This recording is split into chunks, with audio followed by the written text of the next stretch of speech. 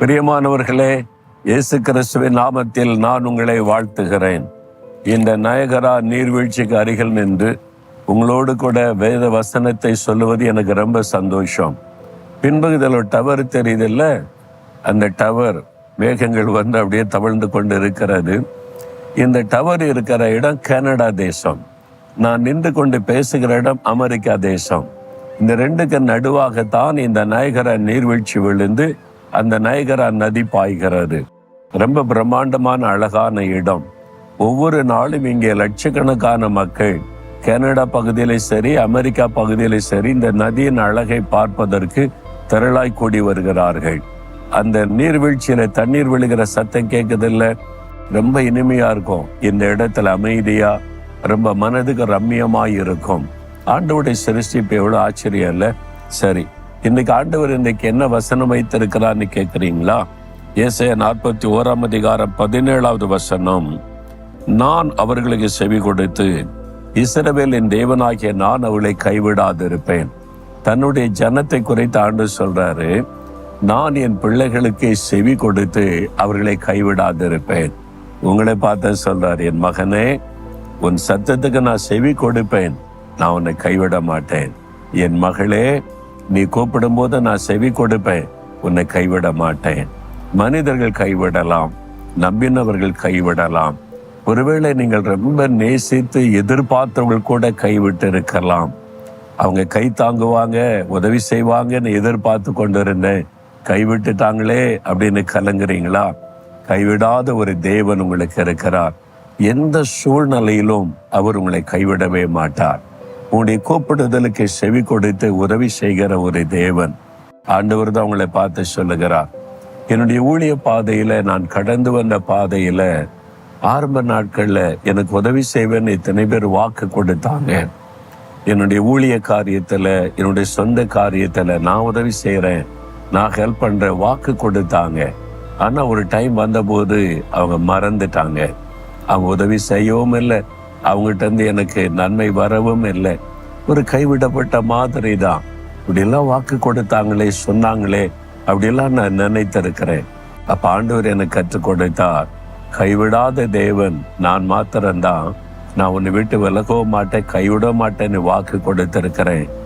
மனிதர்கள் அதனால அவங்க மேல வருத்தப்படாத, உனக்கு உதவி செய்ய அவங்க விரும்புறாங்க.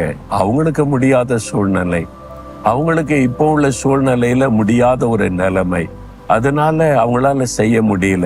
அதனால மனிதர்கள் ஏமாத்திட்டாங்கன்னு நீ நினைக்காத. கைவிடாத தேவன் நான் இருக்கிறேன்ல, நீ என்ன நோக்கி பார்க்கணும் என்பதற்கு தான் இந்த பாதையில நடத்துகிறேன் அப்படின்னு ஆண்டவர் எனக்கு கற்றுக் கொடுத்திருக்கிறார். அதனால மனிதர்கள் உதவி செய்ய வாக்கு கொடுத்து செய்யலைன்னா நான் வருத்தப்படுவதில்லை, அவங்க மேல எரிச்சல் கொள்வது இல்லை.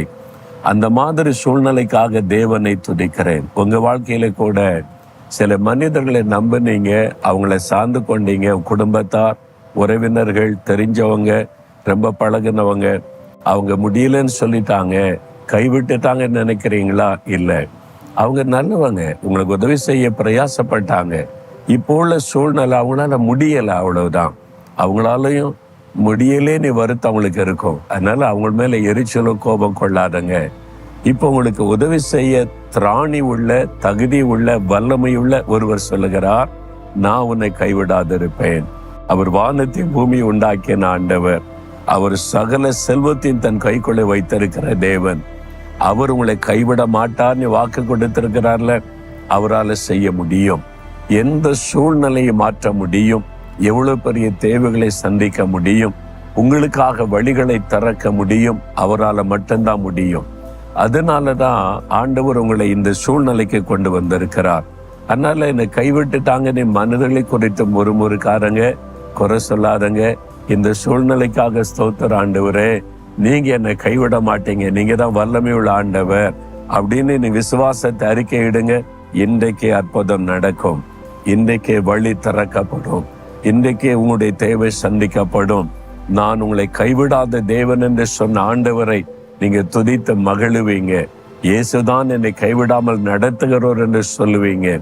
இந்த ஊழிய பாதையில இத்தனை ஆண்டு காலத்துல ஒரு முறை கூட ஆண்டவர் என்னை கைவிட்டதில்லை, என்னை வெட்கப்பட விட்டது இல்லை.